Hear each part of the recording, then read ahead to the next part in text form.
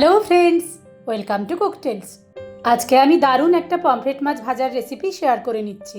Pomfret মাছ ভাজার এই মশলাদার রেসিপিটা বানানোর জন্য আমি প্রথমে মিক্সিতে একটা মশলার পেস্ট তৈরি করে নেব। তার জন্য মিক্সির জারের মধ্যে নিয়ে নিচ্ছি আদা, রসুন, গোটা জিরে, গোটা ধনে, জলে ভেজানো দুটো শুকনো লঙ্কা,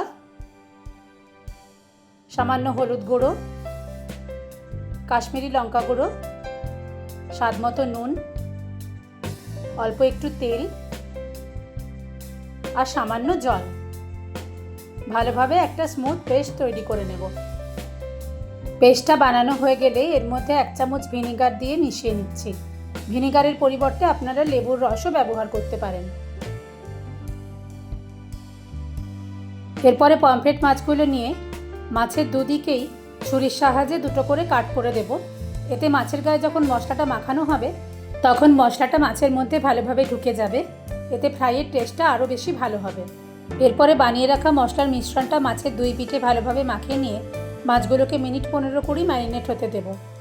আমার বানানো পমফ্রেট মশলা ফ্রাইয়ের এই রেসিপিটা যদি আপনাদের ভালো লাগে তাহলে অবশ্যই লাইক কমেন্টের মাধ্যমে তা আমাকে জানাবেন। আপনাদের করা একটা লাইক বা কমেন্ট আমাকে নতুন নতুন রেসিপি ট্রাই করতে খুবই মোটিভেট করে।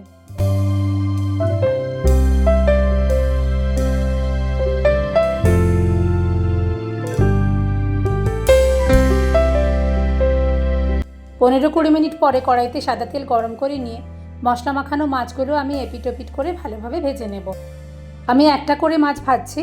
আপনার কাছে যদি এর থেকে বড় ফ্রাইং প্যান বা কড়াই থাকে তাহলে আপনি দুটো মাছ একসাথে ভেজে নিতে পারেন।